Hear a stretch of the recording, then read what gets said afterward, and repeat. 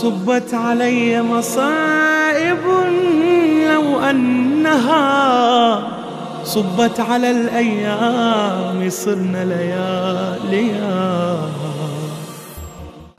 الحمد لله الملك الحق المبين، والصلاة والسلام على حبيب إله العالمين العبد المؤيد والمنصور المسدد المصطفى الأمجد والمحمود الأحمد أبي القاسم محمد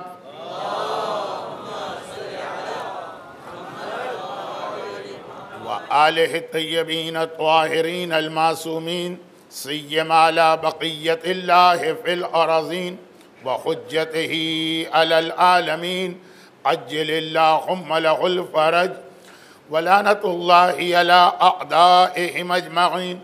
أما بعد، فقد قال الله عز وجل في كتابه المبين وفرقانه المتين وقرآنه المجيد وقوله الحق، بسم الله الرحمن الرحيم، وأن اعبدوني هذا صراط مستقيم، وقال إن الإنسان لربه لكنود.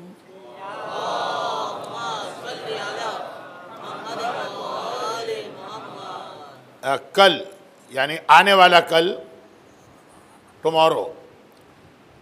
اف یو ڈونٹ مائنڈ، تو ایک ریکویسٹ یہ ہے کہ جو مجمع بہت آگے بیٹھتا ہے، یہ تھوڑا جو فرسٹ فین ہے اس کے نیچے سے بیٹھنا شروع کریں، تاکہ اتنی گرمی میں وہ بھی ذرا کمفرٹیبل بیٹھیں اور میں بھی مجلس آرام سے پڑھ سکوں، کیونکہ آگے کے حصے میں گرمی بہت ہے.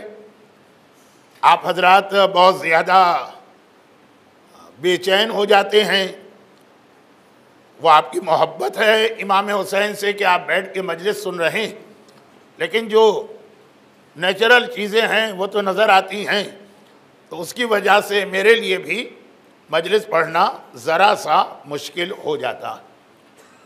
اور یہ عشرہ زینبیہ کے شروع کے دن ہیں بھی ویک ڈیز، تو اتنا کراؤڈ بھی نہیں ہے کہ یہ کہا جائے کہ اگر آگے تھوڑی سی جگہ خالی ہو تو بعد میں آنے والوں کو زحمت ہوگی. ایسا بھی نہیں، بلکہ اب تو عشرہ زینبیہ میں زائرین کی ایک کثیر تعداد کربلا جاتی، جس کی وجہ سے آخری دنوں میں بھی اتنے مومنین نہیں آ پاتے ہیں. تو آپ پورے ریمیننگ 9 days آرام سے بیٹھیے گا اور کل سے کوشش یہی کیجیے گا. سورہ مبارکہ یاسین کی جس آیت کی تلاوت کل میں نے کی ہے، آج وہ آیت میرا ٹاپک نہیں، البتہ جو اس سے ایک میسج تھا وہ تھوڑا سا انکمپلیٹ ہے، اس لیے آیت کا آخری حصہ بھی تلاوت کیا اور پھر سورہ عادیات کی اس آیت کی تلاوت کی جو کل والے میسج کو مکمل کرے گی. ان اعبدونی، دیکھو آدم کے بیٹوں میری عبادت کرو، کیونکہ یہ میری عبادت ہی صراط مستقیم. اور پھر سورہ عادیات میں یہ کہا ان الانسان لربہ لکنود، انسان اپنے رب کا بڑا ناشکرا، ان گریٹفل. اور یہ آیت میں نے اس لیے تلاوت کی کہ اس میں وہ لفظ آیا جو کل کی ہماری پوری مجلس کا اصل عنوان تھا. کل ہم بتانا چاہ رہے تھے کہ اللہ اب نہیں ہے، اللہ رب ہے. اب اسے کہتے ہیں جو صرف ایک بار انسان کو اس کی ضرورت ہے، وہ بھی ابھی. ٹیکنالوجی اتنی تیزی سے ترقی کر رہی اور اتنا ہائی ابھی یہ ٹیکنالوجی ہونے والی کہ باپ اور ماں کے بغیر بھی انسان پیدا ہوں گے اور پوری شریعت ان کو فالو کرنا ہوگی. مگر ابھی تک ہم اور آپ درخت پہ نہیں پیدا ہوئے سیب کی طرح سے کہ ہمیں توڑ کے کوئی گھر میں لایا ہو. ابھی تک ہمیں باپ اور ماں دونوں کی ضرورت تھی. مگر ایک بار تو اس کا اتنا حق ہے جو کل آپ نے سنا. تو جو رب ہے، اور سورہ عادیات کی آیت میں اللہ نے یہی کہا کہ انسان ناشکرا ہے، یہ نہیں کہا کہ اللہ کا ناشکرا ہے. جوشن کبیر میں آپ اللہ کے 1001 نیمز لیتے ہیں، ان میں سے کوئی اور نام یہاں نہیں آیا کہ انسان اللہ کا ناشکرا. لفظ اللہ، اس میں جلالہ، اس میں اعظم، لیکن یہ لفظ نہیں آیا. انسان اپنے خالق کا ناشکرا، خالق کا لفظ نہیں آیا. سمیع، علیم، حکیم، 1001 نام.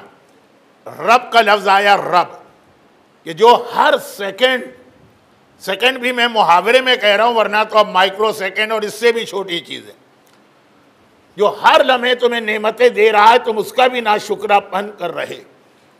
لیکن جو بات میں نے کل کہی اس کو آج ریپیٹ کر دوں کہ اس کا مطلب یہ نہیں ہے کہ باپ کی ضرورت ایک بار پڑی تھی تو باپ کی کوئی اہمیت نہیں. وہ ٹیشو پیپر ہے کہ آپ نے ایک بار ہاتھ پوچھا اور پھینک دیا. وہ ڈسپوزیبل پلیٹ ہے کہ آپ نے ایک بار کھانا کھایا اور اس کے بعد اس کو گاربیج میں جا کے ڈال دیں. ایسا نہیں. ایک بار کی وہ خدمت بھی اسلام کی نگاہ میں اتنی بڑی. مگر یہاں پہ ایک چیز کو مجھے اس لیے بتانا ہے کہ میری مجلس میں دیکھیے بچے اور نوجوان تو آتے نہیں، لینگویج بیریئر ہے، ان کی سمجھ میں اردو نہیں آتی.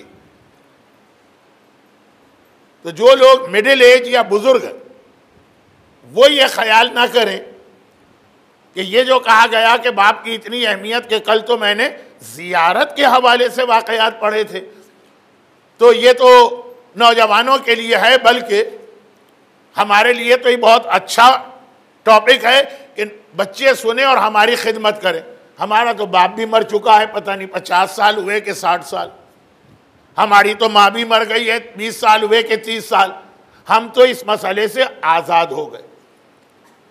والدین کی خدمت، والدین کی اطاعت، جب والدین زندہ ہی نہیں ہیں تو ذرا سا آدمی کمفرٹیبل اس لیے فیل کرتا کہ وہ ساری ریسٹرکشن اور پابندیاں ختم ہو گئی ہے، نوجوانوں کا ٹاپک بن گیا. نہیں، ایسا نہیں. کراچی، بہرحال جہاں کا میں رہنے والا، پلا بڑھا، جوانی وہیں گزری، بڑھاپا وہیں آیا. بہت مشہور شہر ہے، آپ میں سے جو کبھی بھی نہیں گیا اس نے بھی نام سنا. وہاں پہ ایک صاحب کی ایک پراپرٹی بہت ہی پرائم لوکیشن پر تھی، اور پرائم لوکیشن کی پراپرٹی بہت ایکسپینسو اور مہنگی ہوتی. اب میں فار ایگزامپل کہہ رہا ہوں کہ مثلا 20 لاکھ شلنگ نہیں، شلنگ تو پھر بہت چھوٹی بات ہو جائے گی، 20 لاکھ کی پراپرٹی، $20 لاکھ. پتہ چلا کہ انہوں نے اتنی اچھی پراپرٹی اور ایسی پرائم لوکیشن کی پراپرٹی راتوں رات بیچ دی، بہت جلدی میں. اب جلدی میں جب کوئی آدمی بیچے گا تو قیمت ہمیشہ کم آئے گی. کیا گجراتی میں کہتے ہیں اوچھی آئے گی؟ مجھے نہیں پتا اوچھی آئے گی کہ کیا آئے گی، قیمت کم ملے گی. چنانچہ اب وہ 20 لاکھ کی پراپرٹی ہے، آدھی قیمت 10 لاکھ پہ انہوں نے بیچی. اچھا، یہ ایگزامپل ذرا پرانی ہے، ایگزامپل نہیں ہے، واقعہ ہے، واقعہ. اب آج کل پاکستان کے حالات ایسے ہیں، کراچی کے حالات ایسے کہ انسان کی اپنی جان کو خطرہ ہے، اولاد کو خطرہ ہے. اوور نائٹ، راتوں رات آدمی نکلنا چاہتا ہے، وہ الگ بات. یہ تو میں اس زمانے کی بات کر رہا ہوں جب پیس تھا، جب سکون تھا. ایسٹ افریقہ سے جو آدمی نکلتا تھا، نہ ٹورنٹو جاتا تھا، نہ لندن جاتا تھا، کراچی آ کے سیٹل ہوتا تھا. اور اس وقت انہوں نے راتوں رات یہ پراپرٹی آدھی قیمت پہ بیچ دی. ذرا صبر کرتے، انتظار کرتے تو بڑی اچھی پرائس ملتی. جب بھی کوئی آدمی ایسا کام کرے تو دوست، رشتہ دار، محبت کرنے والے ضرور یہ تپاس کریں گے یا انکوائری کریں گے کہ آخر کیا ہوا. بھائی جب وہ 7ویں امام کے صحابی صفوان جمال نے اپنا ٹرانسپورٹ کا اتنا چلتا ہوا بزنس بیچ دیا تو سب نے جا کر پوچھا کہ ایسا اچھا بزنس، اور تم نے راتوں رات اس کو کیوں بیچ دیا؟ تو کہا کہ ساتویں امام مجھ سے ناراض ہو گئے. جیسے کل آپ نے ایک نوجوان کی بات سنی، امام ناراض نہیں ہوئے لیکن امام نے کہا تمہارا یہ عمل مجھے اچھا نہیں لگتا. تو اب یہ ڈیٹیل روایت آپ سنتے ہیں کہ ساتویں امام نے کہا کہ دیکھو صفوان تم ہمارے صحابی ہو، ہمیں تمہارا یہ عمل اچھا نہیں لگتا. مومن کے لیے اتنا جملہ انف. اس نے اپنا حلال اور جائز اور پاک اور پاکیزہ بزنس راتوں رات بیچ دیا. اور یہاں ہمارے پاس روایتیں ہیں کہ جب کوئی تم گناہ کا کام کرتے ہو اور امام زمانہ روزانہ تمہارے اعمال دیکھتے ہیں، امام بیمار پڑ جاتے ہیں، مریض ہو جاتے ہیں، وہاں وہ مومن ہے کہ امام نے صرف اتنا کہا کہ کام اچھا نہیں اور اس نے اپنا ملین اور بلین کا بزنس بیچ دیا. یہاں مومن ہے کہ امام بیمار ہو گئے، مریض ہو گئے. یہ مومن دنیا بھر کے مریضوں کے لیے شفا کی دعا کرتا. امن یجیب، فاتحہ برائے شفائے مرض، ہر ایک کے لیے. اور اپنا امام اپنی وجہ سے بیمار ہوا، چھوٹا سا گناہ چھوڑنے کو تیار نہیں. کیونکہ یہ روایت بہت مشہور ہے کہ امام اپنے شیعوں کے گناہوں سے بیمار پڑ جاتے ہیں. تو یہ تو بیچ میں بات آ گئی، ورنہ یہ ایک الگ ٹاپک بنے گا ان 9 مجلسوں میں سے جو اب باقی ہیں 21 مجلس میں. ابھی تو بات یہ کہ ہم نے پوچھا اور لوگوں نے پوچھا کہ بھائی یہ $20 لاکھ کی پراپرٹی تم نے آدھی پرائز میں بیچ دی. کہا مجھے فوراً پیسہ چاہیے تھا. اچھا کیوں چاہیے تھا؟ یوزولی یہ اس وقت ہوتا ہے کہ جب کسی کے جوان بیٹے کا ایکسیڈنٹ ہو گیا، ابھی آپریشن کرنا ہے اور اسپتال کہہ رہا ہے کہ لاؤ پیسے، جب زندگی خطرے میں ہو. تو ہم نے کہا بھائی آپ کی فیملی تو ہماری رشتہ دار ہے، ہم کو معلوم کہ ابھی کوئی ایسا بیماری کا مسئلہ نہیں. کہا مولانا بھول گئے، سپریم کورٹ میں لاسٹ اپیل ہے اور اسی ہفتے اس کا فیصلہ ہونا. ہوا یہ تھا کہ ان کی ماں ایک جرم کیا، انہوں نے قانون توڑا، گرفتار ہو گئی. اور گرفتار بھی ایسی ہوئی کہ اس کو پاکستان کے لاء سے ہینگ کرنے یا پھانسی کی سزا ملی.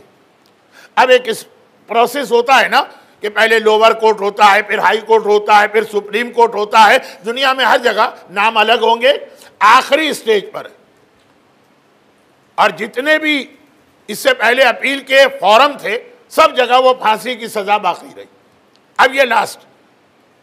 اور اگر اس نے بھی کہہ دیا کہ وہ لوور کورٹ کا ڈیسیشن صحیح ہے، پھانسی دے دو، تو ماں پھانسی پہ چڑھ جائے. اب ایک سوال یہ آتا ہے کہ آج سے 30 35 40 سال پہلے عورتیں ویسے ہی بڑی شریف ہوا کرتی تھیں. نہیں، آج بھی شریف ہوتی ہیں لیکن 40 سال پہلے اور زیادہ. ماں نے کیا کیا تھا کہ ایسی سزا اس کو ملی؟ وہ ایک الگ سبجیکٹ ہے. وہ بھی سورہ یاسین کی اسی آیت میں ہے، ھذا صراط مستقیم. صراط مستقیم میں وہ سبجیکٹ ہے. وہ کیا ہے؟ اپنی بہو کو مار دیا. یہ بہت ہوتا ہے انڈیا پاکستان میں، ساس اور بہو، ساس بہو کے جھگڑے بہت چلتے ہیں. بلکہ انڈیا میں تو پتہ نہیں کون سی ایک کمپنی ہے، مجھے نام نہیں معلوم، وہ ایک جادو والا یا میریکل والا اسٹوف بناتی ہے کہ جب پھٹتا ہے ہمیشہ بہو مرتی ہے. آج تک ساس کوئی نہیں مری. وہ پتہ نہیں اس میں کیا سینسر لگا ہے کہ کیا چیز ہے کہ ہمیشہ بہو مرے گی چل کے. وہ ایکسیڈنٹ ہو گیا. بھئی ایکسیڈنٹ ہو گیا تو کبھی کوئی ساس بھی تو مرے نا. نہیں. تو خیر اب یہ مسئلہ 30-40 سال پہلے تو بہت ظالم ساس ہوتی تھی. یہ کتنی عجیب بات ہے. یہ سنیے، یہ بہت اہم جملہ آگے آ رہا، آج کی مجلس میں نہیں، بہت اہم. یہ کتنی عجیب بات ہے کہ 40 سال پہلے کی ظالم اور خوخار ساس بہوؤں کو مار مار کے رکھتی تھی. بہویں کمپلین کرتی تھی. میں اس دارالسلام میں بھی 40 سال پہلے آیا، مومباسا بھی گیا، نیروبی بھی گیا، پاکستان تو رہا ہی. اور وہی بہویں جو دعائیں مانگتی تھی، یعنی ہم لوگوں سے آ کے ریکویسٹ کرتی تھی دعا بتائیے، تعویذ بتائیے، آج 40 سال بعد وہی بہویں ساس بن گئی ہیں اور اپنی پرانی ساس سے زیادہ خوخار بن رہی ہیں. کتنی عجیب بات. جو 40 سال پہلے آ کے روتی تھی مولانا ایسی ہماری خطرناک ساس ہے کہ ہم پانی کا گلاس بھی اس سے پوچھے بغیر نہیں پی سکتے، آج جب تم ساس بن گئی ہو تو تمہاری بہو آ کے ہمارے پاس رو رہی ہے. خیر تو یہ تو ایک الگ موضوع ہے. کیا موضوع ہے یہ؟ ساس بہو نہیں. اس کے لیے انڈیا کے ڈرامے انف ہیں. یہ موضوع ہے مظلوم جب کبھی اس کو پاور ملتی ہے نا تو وہ پرانے ظالم سے بڑا ظالم بن جاتا. اور یہ پورا سیرت معصومین ہے. آئے گی یہ بہت ڈیٹیل. ابھی تک میرا ارادہ ہے انشاءاللہ اگلی مجلسوں میں. تو خلاصہ یہ کہ یہ جو بات درمیان میں آ گئی ساس اور بہو کی، تو ماں نے مار دیا اپنی بہو کو، پھانسی ہو گئی. اور اب سپریم کورٹ میں کیس ہے. پاکستان میں آخری کورٹ سپریم کورٹ. ہر جگہ الگ الگ ہے. جیسے ہمارے یہاں آسٹریلیا میں ہائی کورٹ آخری کورٹ ہے. تو خیر الفاظ میں آپ نہ پڑھیں. کہا مولانا بہت بڑا لائر اس کے لیے کرنا پڑ رہا. ہر لائر تو وہاں چلتا بھی نہیں ہے سب سے بڑے کورٹ میں. اتنی اس کی فیس ہے. میں اپنا مکان بیچ چکا ہوں. اب یہ پراپرٹی تھی یہ بھی میں نے بیچ دی. ماں کو تو قید سے نکالنا. جیسی بھی ہو ماں ہے.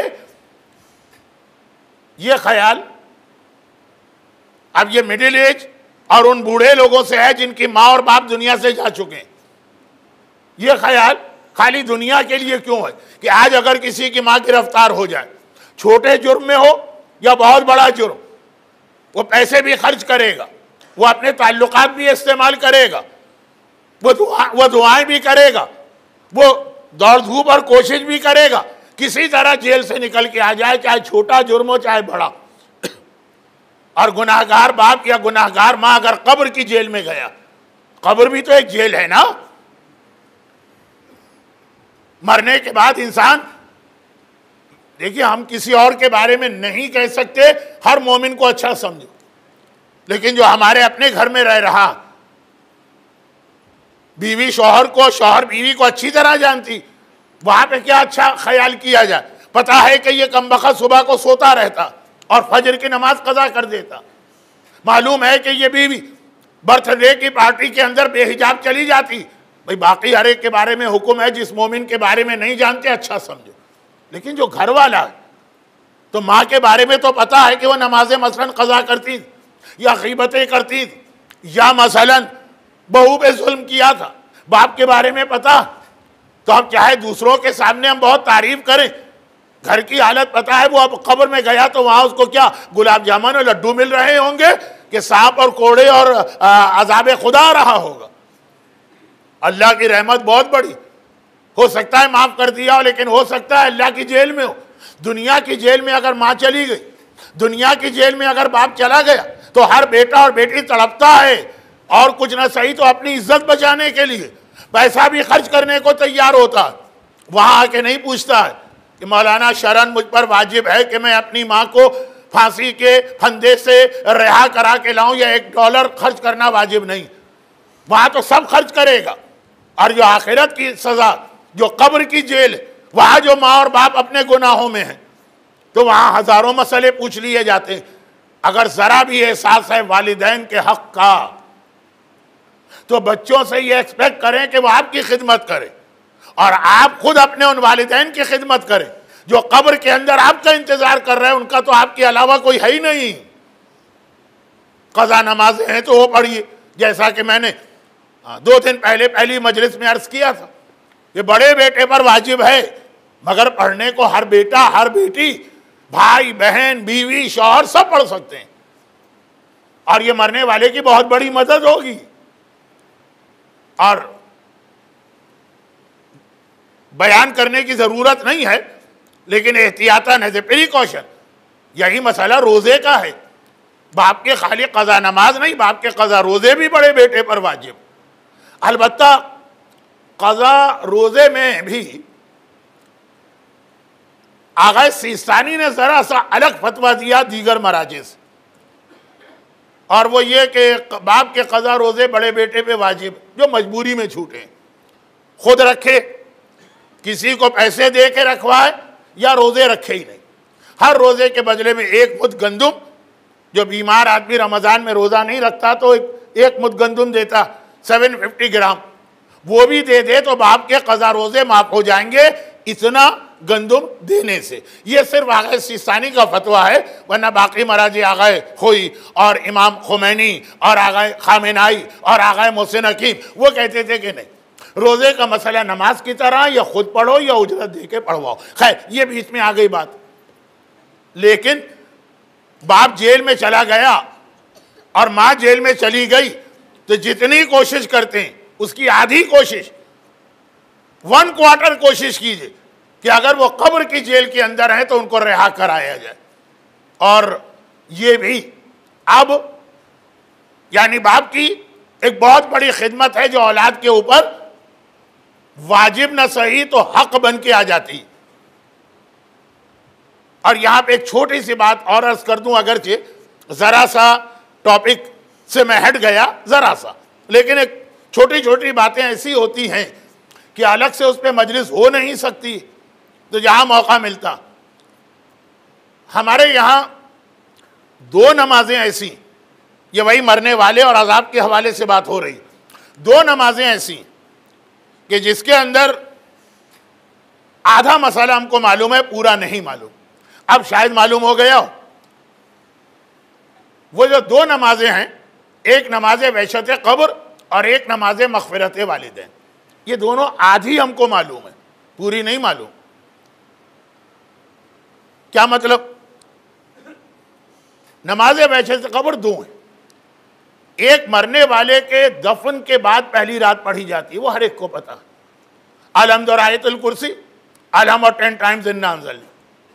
لیکن ایک نماز وہ ہے کہ مرنے کے بعد جو پہلی رات آتی، ابھی مردہ دفن بھی نہیں ہوا، اسپیشلی وہ لوگ یا وہ علاقے جہاں مرنے والے کی تدفین یا دفن کی نیوز ذرا لیٹ پہنچے گی، تو نماز وحشت قبر، اگرچہ اس کا نام نماز ہدیہ میت، وہ ایک اور ہے. اور وہ یہ ہے کہ پہلی رکعت میں الحمد کے بعد 2 مرتبہ قل ہو اللہ، 2 مرتبہ پہلی رکعت. سیکنڈ رکعت الحمد کے بعد 10 ٹائمز الہاکم التکاثر. خالی ترجمہ پڑھ لیجئے، آپ کا دل ہل کے رہ جائے گا. اس سورے میں اتنا اہم میسیج ہے، موت، پیسے، مال، دولت، قبر، قیامت. اچھا باقی مراجع آغا خوئی، آغا حکیم، امام خمینی وہ کہتے تھے کہ یہ والی نماز اور پہلے والی نماز دونوں ایک ہیں، چاہے وحشت قبر میں یہ پڑھیں چاہے وہ پڑھیں. آغا سیستانی کہتے دونوں ایک نہیں. جو مشہور نماز وحشت قبر ہے وہ دفن کے بعد پہلی رات پڑھی جاتی، اور جو یہ والی نماز ہے یہ مرنے کے بعد پہلی رات پڑھی جاتی. اب دارالسلام میں آج موت ہوئی، آج ہی دفن کر دیا. ٹورنٹو میں کبھی 5 دن لگ جاتے ہیں میت کو ریلیز ہونے میں، انگلینڈ میں کبھی 10 دن لگ جاتے تھے. اسپتال میں ہے کہ مورچری میں ہے، اور وہ 2 دن سیٹرڈے سنڈے قبرستان بند ہے، اور 2 دن کاغذ بننے میں لگ گئے، 6 دن لگ گئے. یہ نیوز تو آ گئی کہ فلاں صاحب مر گئے، یہ پتہ نہیں کب دفن ہوں گے. جب دفن ہو تو ہمیں نیوز ملے کہ نہ ملے ٹائم پر. تو یہ جو نماز دوسری والی ہے یہ بہت اہم ہے، اس کو بھی یاد رکھی. نماز ہدیہ میت، میت کو ایک تحفہ. پہلی رکعت الحمد کے بعد 2 دفعہ قل ہو اللہ، دوسری رکعت 10 ٹائمز الہاکم التکاثر. یہ تو بات اس لیے آ گئی کہ اصل بات میں کچھ اور کہہ رہا تھا، وہ تھا والدین. نماز مغفرت والدین ایک چیز ہے، نماز ہدیہ والدین دوسری چیز ہے. یہ 2 الگ نمازیں. اب ٹائم نہیں ہے کہ میں اس کی تفصیل میں جاؤں، ویک ڈیز کی مجلس تو گھنٹہ بھی بہت ہوتا. بہت جلدی سے ایک جملہ کہہ دوں. امام معصوم فرماتے ہیں کہ مغفرت والدین کی نماز میں اپنے لیے کہہ رہے ہیں، میں ایوری شب جمعہ پڑھتا ہوں، اور ہدیہ والدین ڈیلی پڑھتا ہوں. ہدیہ والدین 2 رکعت چھوٹی سی نماز، یہ روز پڑھا کرو. مغفرت والدین ذرا لمبی نماز ہے، ربنا اغفر لی ولوالدی وللمؤمنین یوم یقوم الحساب، اور دوسری آیت اور 10 ٹائمز یہ شب جمعہ. اور پھر ایک جملہ امام نے اور کہا، اور میں اسی منزل پہ جاؤں گا لیکن آج نہیں، آج کے بعد. کہا کہ والدین کا حق تو بہت بڑا، لیکن کیا خالی والدین ہی کا حق ہے؟ اولاد کا بھی حق ہے. چچا، خالہ، ماموں، پھوپھی، جسے آپ صلہ رحمی کہتے ہیں، ان کے لیے بھی کوئی نماز اسلام میں ہے کہ نہیں؟ سب کچھ والدین کے لیے نہیں، والدین سب سے اہم اپنی جگہ، مگر والدین کی اتنی خدمت بھی نہیں ہے کہ دوسروں پہ ظلم ہو جائے۔ باقی صلہ رحمی بھی اسلام میں بہت اہم۔ یہ جملہ جو میں نے کہا بہت جلدی میں کہا، اور جلدی ہی میں اس کو واضح کر کے آگے بڑھ رہا ہوں۔ ایسے والدین بھی ہیں جو کہیں گے کہ بھائی میرا اپنے بھائی سے جھگڑا ہو گیا، خبردار چچا کے گھر نہ جانا۔ والدین کی بات مانے تو صلہ رحمی ختم ہوتی، صلہ رحمی کرنے چچا کے جائے باپ کو پتہ چلتا وہ ناراض ہوتا۔ ہیں ایسے والدین کہ جن کے دماغ میں، جن کے یہ سر میں جب دماغ رکھا تو شاید کچھ ٹیڑھا رکھ دیا گیا، ایسی الٹی سیدھی بات کرتے۔ میرے جنازے پر بھی اس کو نہ آنے دینا، بھئی آپ جانے وہ جانے، مجھے آپ روک نہیں سکتے، مجھ پر واجب ہے صلہ رحمی۔ اور پھر وہی جملہ بڑا خطرناک، کم وقت میں چھیڑنا ہی نہیں چاہیے۔ والدین کا بہت بڑا حق ہے، والدین کی خاطر کیا انسان اپنے بیوی یا اپنے شوہر پہ ظلم کر دے، ان کا حق ادا نہ کرے کہ سارے حق والدین کے؟ نہیں، والدین بہت بڑا رتبہ، اللہ کے بعد سب سے بڑا، لیکن ہر چیز کی لمٹ ہے اسلام میں۔ تو امام نے نماز کے حوالے سے کہا مغفرت والدین پڑھتے ہو ہر شب جمعہ، کیا کوئی اور نہیں ہے جس کا حق ہے تم پر؟ ان کے لیے بھی نماز پڑھو۔ مفاتیح الجنان بہت مشہور کتاب ہے، اس کے حاشیے پر الباقیات الصالحات میں یہ روایت شیخ عباس قمی نے لکھی ہے، ویسے بہت کتابوں میں۔ راوی نے کہا مولا وہ کیا؟ کہا کہ مغفرت والدین والدین کے لیے، اور ہدیہ والدین میں والدین بھی آ گئے، سارے رشتہ دار بھی آ گئے، اولاد بھی آ گئے، زندہ اور مردہ۔ یہ گفٹ ہے تمہارے لیے، روزانہ تم اپنے رشتہ داروں کو ایک گفٹ دے رہے۔ مولا یہ کیسے پڑھی جاتی ہے؟ امام نے کہا ہم تو دن میں 2 بار پڑھتے ہیں، ایک بار دن کی روشنی میں، ایک بار رات کی تاریکی میں۔ تم لوگ ایک بار بھی پڑھ لو تو غنیمت ہے۔ اور کتنی سمپل نماز، نماز کو آپ چھوٹا کریں چھوٹا کریں چھوٹا کریں چھوٹا کریں تو یہ نماز بنتی ہے فجر کی طرح۔ پہلی رکعت میں الحمد کے بعد قل هو اللہ ہے، قل هو اللہ عام طور پہ دوسری رکعت میں ہوتا ہے، اس میں پہلی رکعت، اور دوسری رکعت میں الحمد کے بعد انا اعطیناک الکوثر۔ قرآن کے سب سے چھوٹے سورے، وہ بھی ایک ایک دفعہ۔ یہ ہدیہ والدین ہے، جس میں والدین، رشتہ دار، صلہ رحمی، اولاد سب آ گئے۔ 2 رکعت کسی وقت بھی آپ پڑھ لیجئے۔ اور اگر وہ مسئلہ آپ کو معلوم ہے جس کو میں چھیڑنا نہیں چاہتا تو مجلس تو ابھی رکی بھی اپنی جگہ پر، لیکن خالی اشارہ کر دوں کہ یہ بھی نہیں ہے کہ آپ مسجد میں یا گھر میں ٹائم نکال کے نماز پڑھیں۔ وضو ہے تو چلتے پھرتے بھی پڑھ سکتے ہیں، کیونکہ سنت نماز ڈرائیونگ کے اندر، سنت نماز چلتے ہوئے، سنت نماز واکنگ میں، سنت نماز جاگنگ میں بھی پڑھی جا سکتی ہے۔ خیر، تو اب نماز وحشت بھی 2 ہیں اسلام میں، دونوں کے الگ الگ بینیفٹ ہیں۔ ہمارے یہاں صرف ایک پڑھی جاتی ہے۔ نماز والدین بھی 2 ہیں، دونوں کے الگ الگ فائدے ہیں۔ ہمارے ہاں صرف ایک پڑھی جاتی ہے، وہ بھی بیچاری عورتیں زیادہ پڑھتی ہیں، مغفرت والدین مرد کم پڑھتے ہیں۔ مگر یہ سارا کا سارا میں نے یہ سمجھانے کے لیے بتایا کہ اسلام میں والدین کا حق بہرحال بہت بڑا، زندگی میں بھی اور مرنے کے بعد بھی۔ اور مرنے کے بعد کے حوالے سے ہی بات ہوئی کہ وہ قبر میں گئے تو ان کو بھولیے نہیں، ان کو فراموش نہ کیجیے، اور اسی طرح سے ان کے لیے کوشش کیجیے۔ جیسے کسی کا باپ یا ماں اگر جیل میں چلا جائے، حتیٰ یہ کہ اگر اس نے واقعاً جرم کیا، آپ کہیں گے وہ الگ مسئلہ، مجھے تو اسے آزاد کرانا ہے، چاہے پیسے لگیں یا تعلقات ہوں یا کچھ اور، بلکہ اگر حرام طریقے سے بھی آزاد کرانا پڑے تو میں تو برداشت نہیں کر سکتا کہ میری بوڑھی ماں جیل کے اندر قید۔ وہ کچھ بھی نہیں، اصل جیل تو اللہ کی جیل ہے جو قبر میں ہے۔ اور میں نے پچھلے بار ماہ رمضان میں پورا واقعہ پڑھا تھا جسے دہرانے کا ٹائم نہیں، اور وہ یہ ہے کہ ایک عالم کی ماں تہران میں انتقال ہوا آج سے 150 سال پہلے، جب ٹریولنگ بہت مشکل تھی، اکیلا آدمی کا جانا مشکل تھا، کہاں میت لے کے، اور وہ ماں کربلا لائی گئی کہ آقا حسین کے روضے کے قریب دفن ہوگی، عذاب سے محفوظ رہے گی۔ اور عالم نے اپنی آنکھ سے دیکھا کہ حضرت عباس کے حکم سے اس کو عذاب مل رہا ہے، کیونکہ وہ بے نمازی تھی۔ کیونکہ واقعہ میں 2 سال پہلے پڑھ چکا ہوں میں نہیں چاہتا کہ آپ جو اتنی گرمی میں یہاں پہ آ رہے ہیں آپ کو اتنی سنی ہوئی مجلس سناؤں. تو آپ کربلا حضرت عباس کا حرم، حضرت عباس کا روضہ، روضے کے صحن میں عذاب دیا جا رہا، ہاں حضرت عباس کے حکم سے. تو اللہ کی جیل وہ ایسی ہے کہ بعض اوقات اللہ اگر چھوڑ بھی دے، امام معصوم کہتے ہیں کہ نہیں، ہم نے اس دنیا میں ساری قربانیاں اللہ کی خاطر دی ہیں اور یہ اللہ ہی کا مذاق اڑا رہا، یہ اللہ ہی کا مذاق اڑا رہی. آقا حسین نے قربانیاں اپنی حکومت کے لیے دی، اپنے تخت و تاج کے لیے دی، اسلام کے لیے دی تھی. اسلام کس چیز کا نام ہے؟ اسلام کوئی ڈیکوریشن پیس ہے کہ آپ ہانگ کانگ گھومنے گئے، آپ سنگاپور گھومنے گئے، آپ کینیڈا گھومنے گئے، آپ چائنا بزنس کے لیے گئے، ایک بہت اچھا ڈیکوریشن پیس نظر آیا، لا کے آپ نے گھر میں رکھ دی. یہ ہے اسلام کہ ایک شیلف پہ قرآن رکھ دیا، ایک دیوار پہ آیت الکرسی لگا دی، ایک طرف چاروں قل کا تعویذ بنا کے لگا دیا، اسلام آ گیا اس گھر میں.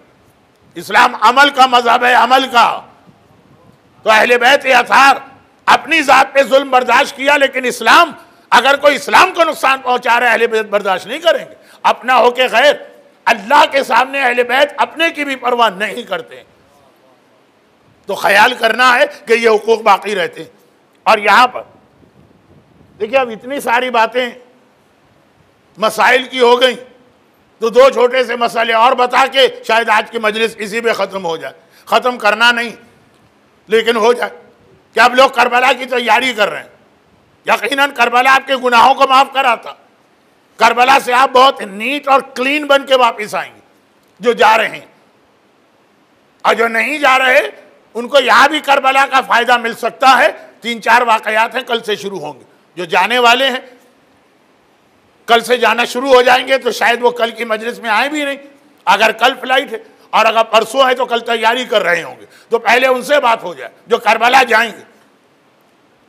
150 سال پہلے لکھنؤ کے ایک شاعر نے زائرین کے حوالے سے ایک شعر لکھا، اور 150 سال پہلے شیعہ تاریخ کے سب سے بڑے مجتہد،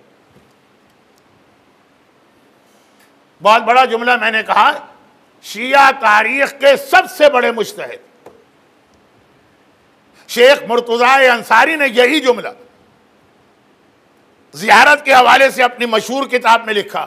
ان کی کتاب کا نام ہے مقاصد، یہ آخری کتاب ہے حوزہ علمیہ میں جو آخری بک ہے جس کے بعد کوئی بک نہیں پڑھائی جاتی. پھر ڈائریکٹ مرجع سے آپ کی بات چیت ہوتی ہے اگر آپ اجتہاد کا کورس کر رہے ہیں. مرجع درس دیتا. آخری بک مقاصد شیخ مرتضی. مولا کائنات کے حرم میں جو لوگ آیت اللہ سیستانی اور آیت اللہ حافظ بشیر نجفی اور شارع رسول اور باب قبلہ کی طرف رہتے ہیں، جب کبھی وہ آتے ہیں حرم میں تو پہلے تو آغا محسن حکیم کا روضہ ان کو ملتا ہے حرم کے باہر، اگنور کرتے ہیں. پھر آگے بڑھتے ہیں، جوتیاں اتار کے جب دروازے سے داخل ہوتے ہیں تو شیخ مرتضی انصاری کی قبر ملتی ہے لیفٹ سائڈ پر دروازے کے بعد، اس کو بھی اگنور کرتے ہیں. معلوم ہی نہیں کہ کتنی عظیم عظیم شخصیت ہیں. کہیں ادھر ادھر 10 میل 12 میل 8 میل دور نہیں جانا ہے، آپ چل رہے ہیں اور آپ کے لیفٹ سائڈ پہ وہ قبر ہے، وہاں سے آپ گزر رہے ہیں. ایک بار رک کر ایک لمحے کے لیے صحیح اس شیعہ عظیم عالم جو شیعہ تاریخ کا سب سے بڑا مجتہد بھی ہے اور جس کو امام زمانہ نے آ کے اجتہاد کا سرٹیفکیٹ دیا ہے، یہ واقعہ میں نے 4 سال پہلے پڑھا. جو رمضان میں آیا اس میں نہیں، اس سے پہلے جو آیا. اتنا عظیم عالم، بالکل آپ کے اتنا فاصلہ ہوگا جیسے ممبر سے زری کا، وہاں سے آپ گزرتے ہیں. البتہ مرد، عورتوں کو آغا محسن حکیم کی قبر مل سکتی ہے یا نہیں. تو شیخ مرتضی نے بھی یہی جملہ لکھا، ایک ہی جملہ. اور ان دونوں میں لکھنؤ کا شاعر کہاں اور نجف کے حوزے کا استاد الفقہاء والمجتہدین و اصولیین کا کوئی کانٹیکٹ ہی نہیں ہے، مگر دونوں نے ایک ہی چیز دیکھی. لکھنؤ کے شاعر، اگر آپ نے نام سنا ہو، انیس و دبیر تو بہت مشہور شاعر تھے، ان کے مرثیے تو دارالسلام میں بھی میں نے سنے ہیں کچھ مجلسوں میں. دبیر کے شاگرد مشی، زوار بن کے آئے تھے بڑے شور و شین سے، ایمان لپٹ کے رہ گیا قبر حسین سے. کچھ ایسے زائرین ہیں کہ آتے تو ہیں ایمان وہیں چھوڑ کے آتے ہیں، ایمان وہیں رہ جاتا ہے قبر حسین پر، بغیر ایمان کے آتے ہیں. اس کو تو عربی اردو میں اس کے لیے جو لفظ ہے وہ تو ایک گالی بن جاتا ہے، بے ایمان. یہ بے ایمان آدمی واپس آ رہا. بعض زائرین ایسے ہیں کہ نیٹ اور کلین ہو کے تو نہیں آتے ہیں، جو راہ سا ایمان لے کے جاتے ہیں وہ بھی وہاں چھوڑ دیتے ہیں. اور یہ تو ایک شاعر کا کلام ہے، ایسا کہ اس نے دیکھا زائرین کو، اور وہ شیخ انصاری، شیخ مرتضی انصاری، شیعہ تاریخ کے سب سے بڑے مجتہد، فرماتے ہیں کہ رسول اللہ نے اگرچہ 1200 سال پہلے یہ کہا تھا، ان کا زمانہ 1200 سال، آج سے 150 ایئرس بیک جائیے، لکھنؤ میں مشیر لکھنوی ملیں گے، نجف کے اندر شیخ مرتضی انصاری حکومت کر رہے ہیں.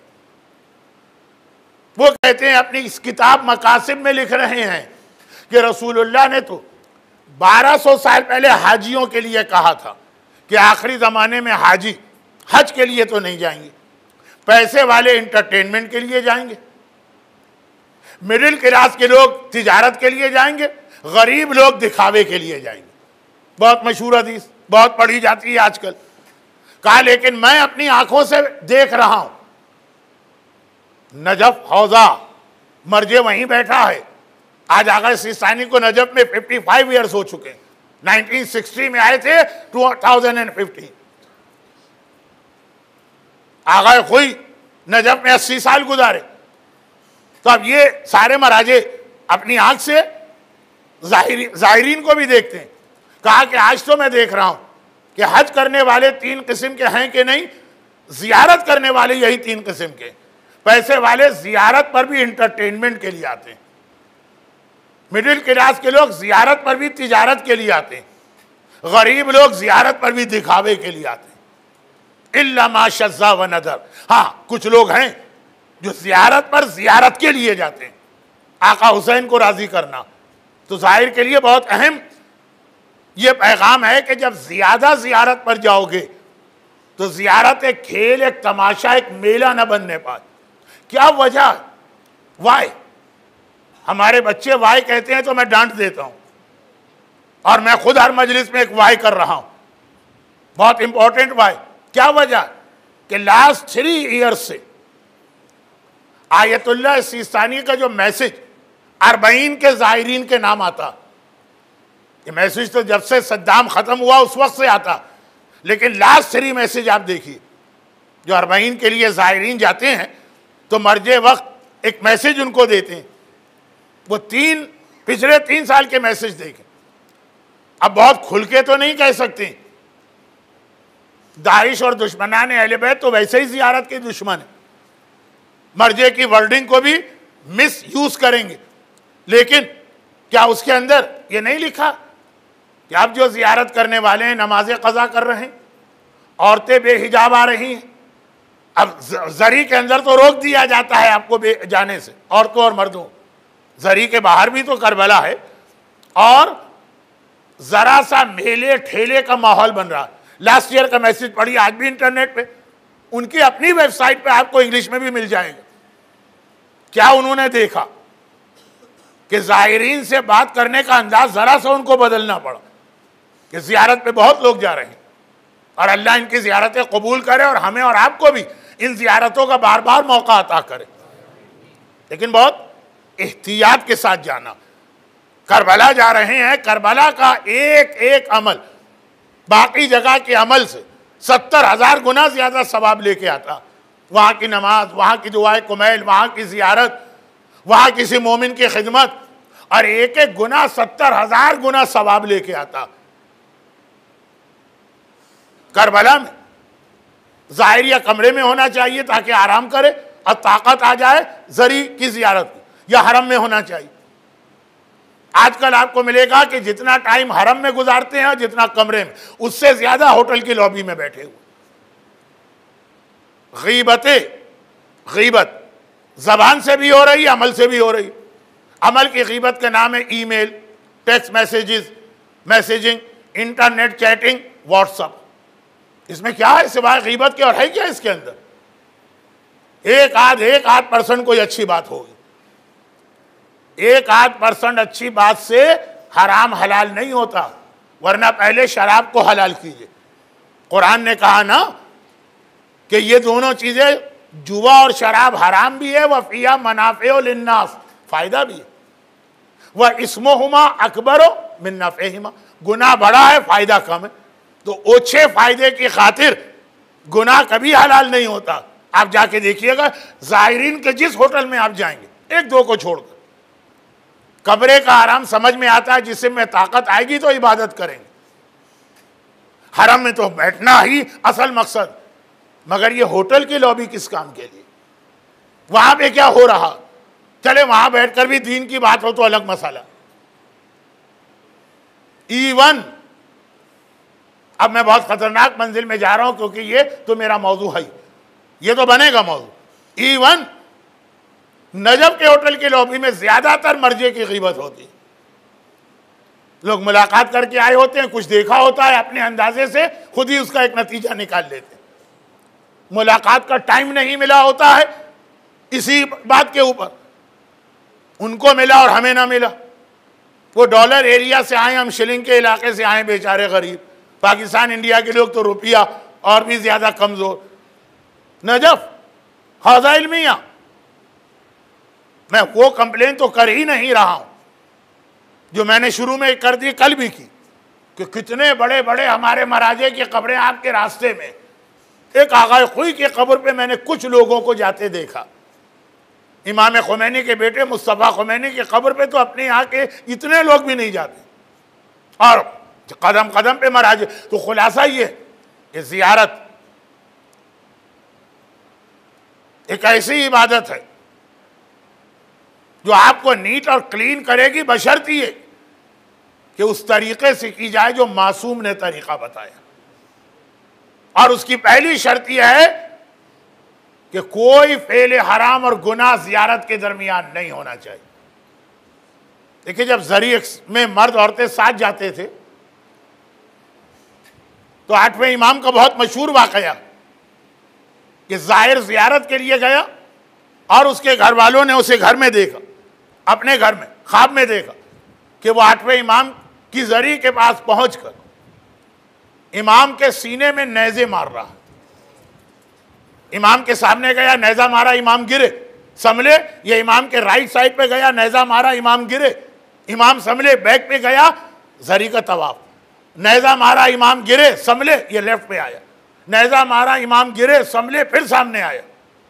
واپس آیا تو لوگوں نے پوچھا مشہد کی زیارت کی؟ ہاں کر لی۔ مزہ آیا؟ بہت آیا۔ کوئی واقعہ پیش آیا؟ کوئی واقعہ نہیں۔ کہا تو پھر یہ خواب جو 4 آدمیوں نے فیملی میں ایک ساتھ دیکھا، گھبرا کے کہا یہ اتنا بڑا گناہ؟ کہا کہ میں زیارت کر رہا تھا، میرے آگے ایک نامحرم عورت جا رہی تھی، میں بلا وجہ اس کے جسم سے ٹکرا رہا تھا اور اپنا ہاتھ اس کے ہاتھ پہ رکھ رہا تھا۔ بہت مختصر کر رہا ہوں تاکہ مجلس میں کوئی بےہودگی بھی نہ آنے پائے۔ یاد رکھیے کہ اگر آج یہ زری میں مردوں اور عورتوں کو الگ نہ کیا جاتا تو ایسے کتنے تماشے وہاں پہ نظر آتے۔ اور جیسا کہ اسلام نے کہا غیبت کرنے والے کا جتنا گناہ ہے، غیبت سننے والے کا بھی اتنا ہی گناہ۔ یا رسول اللہ کیوں؟ وہ جو لڑکی کے پیٹ سے گوشت نکلا، وومیٹنگ، کیونکہ غیبت کر رہی، تو اس کی بہن نے کہا کہ میرے پیٹ سے یہ گوشت کیوں نکلا، سڑا ہوا گوشت؟ میں نے تو غیبت نہیں کی، کہا تو سن رہی تھی۔ مشہور روایت رمضان میں پڑھی جاتی، میں نے غیبت نہیں کی، کہا تو نے سنی۔ اگر غیبت کوئی سنے نہیں تو آدمی کیا دیوار سے غیبت کرے گا؟ دونوں کو برابر کا مجرم۔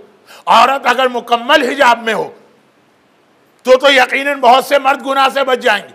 یہ جو عورتوں کا مکی ماؤس ٹائپ کا حجاب ہونے لگا ہے آج کل، یہ بھی برابر سے مجرم قرار دی گئی۔ اچھا کتنی عجیب بات ہے۔ آخری جملہ، گھڑی مجھے بہت پریشان کر رہی ہے، وہ آخری جملہ کتنی عجیب بات کہ ایک طرف تو بے حجابی کی یہ حالت، لوگوں نے کہا مولانا آپ دیکھا کریں مجلس کے بعد کس طرح عورتیں نکلتی ہیں۔ میں نے کہا میں یہاں نہیں دیکھتا ہوں، میں دبئی ایئرپورٹ پہ ان عورتوں کو دیکھتا ہوں۔ عراق تک سے آتی ہیں ساری عبایا اور چادریں، جلدی جلدی ہینڈ بیگ اور پرس میں جاتی ہیں۔ عورتوں کے پرس بھی ماشاءاللہ بڑے بڑے ہینڈ بیگ ہوتے ہیں۔ مجلس میں آ گئے، مسجد میں آ گئے، کربلا میں حجاب سے چلے گئے، وہ بھی کمال ہے۔ لیکن دبئی ایئرپورٹ پہ اترا، شاپنگ مال میں گئے، ایک طرف اتنی بے حجابی، ایک طرف کتنا حجاب. اب ذرا سنیے بہت جلدی. نماز جنازہ عورت کے لیے بھی مستحب ہے، پڑھ سکتی. ہمارے یہاں ایک کنسپٹ ہے کہ نماز جنازہ تو خالی مردوں کا کام، عورت نماز جنازہ پڑھ سکتی ہے. بلکہ اس کے بعد جو دو مستحب مسئلے آئے، کہا لیکن مستحب یہ ہے کہ جہاں مردوں کی آخری صف ہو، عورت اس کے پیچھے کھڑی ہو. مستحب یعنی سائیڈ بائی سائیڈ بھی آ سکتی ہے اگر پردے لٹک رہے ہیں. اور یہ اونلی نماز ہے، جملہ بہت توجہ سے سنیے، آخری جملہ ہے، یہ اونلی نماز ہے اسلام میں، کہ اگر کوئی عورت پیریڈ کی نجاست میں تب بھی یہ نماز پڑھ سکتی ہے. فجر، مغرب، عشاء، ظہر، عصر کتنی اہم نمازیں، نماز آیات، نماز طواف، باپ کی قضا نماز جو واجب نہیں ہے پڑھنا چاہتی، کوئی نماز نہیں پڑھ سکتی اس حالت میں سوائے نماز جنازہ. اب یہ الگ بات ہے کہ کوئی صاحب یہاں کہیں گے کہ مولانا نماز جنازہ کو نماز کہا گیا ہے، وہ اصل میں نماز نہیں. تب تو اور زیادہ واضح ہو گیا کہ پھر تو عورت میں کوئی حرج ہی نہیں اگر اس کو خالی دعا مانیں گے. لیکن میں یہ کہہ رہا ہوں کہ مراجع نے یہ مسئلہ اتنا ڈسکس کیا کہ یہ ساری ڈیٹیل بھی کتابوں میں کیسے بتائی جائے. مجلس کا وقت بہت جلدی ختم ہوتا، دارالسلام والوں کی گھڑیاں بہت تیز ہیں، ابھی تو 10 منٹ ہوتے ہیں، وہ دکھاتی ہے 55 منٹ ہو گئے. تو خلاصہ یہ یہاں پہ سارا حجاب آ جاتا، ایک ثواب مل رہا، خالی ایک پردہ ہی تو لگانا ہے، اور عورتیں ادھر کھڑی ہوں نماز جنازہ. حتیٰ پیریڈ والی عورت جو امام باڑے میں آ بھی سکتی ہے، نماز جنازہ پڑھ بھی سکتی ہے. یہ جو تماشا ہے نا کہ ایک طرف اتنی بے حجابی، شاپنگ مال میں جا کے دیکھیے، شادیوں میں جا کے دیکھیے، برتھ ڈے پارٹی میں جا کے دیکھیے، ٹورنٹو میں جا کے دیکھیے امام باڑے کے باہر، اور ایک طرف اتنا حجاب کہ جو ایک ثواب والا عمل مل رہا ہے وہ بھی چھوڑ رہے ہیں. یہ طریقہ جو ہے نا یہ والا، یا ادھر یا ادھر، یہ حسینیت کا نہیں تھا، یہ یزیدیت کا طریقہ تھا. اور دیکھیے دلیل، ایک طرف اتنے بے دین کہ علی اصغر تک کو شہید کر رہے ہیں، کچھ دیر روئے، پھر کیا ہوا، پھر ہنسنے لگے، حسین کے گلے پہ خنجر چلا رہے. دوسری جانب یہ اتنے بے دین، اتنے دیندار کہ شور مچا رہے ہیں جلدی حسین کا گلا کاٹو، نماز کا وقت فضیلت نکلا جا رہا. یہی یزیدی، ایک یزیدی بات کربلا کے واقعے کے بعد کوفے کے ایک عالم سے مسئلہ پوچھنے گیا، عالم نے سر پیٹ لیا، دیوار سے سر ٹکرا دیا، رونے لگے.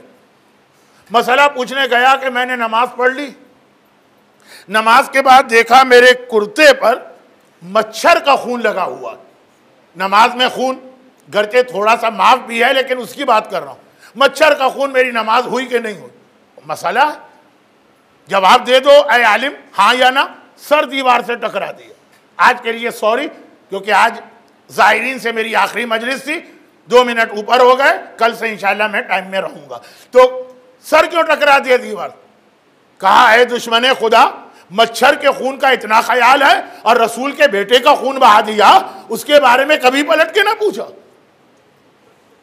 یہ یزیدیت کا طریقہ کار ہے، حسینیت کا نہیں ہے کہ یا اتنا حجاب کہ نماز جنازہ بھی نہیں پڑھیں گے. ہاں واجب نہیں ہے، ثواب کی بات، جائز کی بات. یا اتنی بے حجابی، یہ یزیدیت میں ہوتا.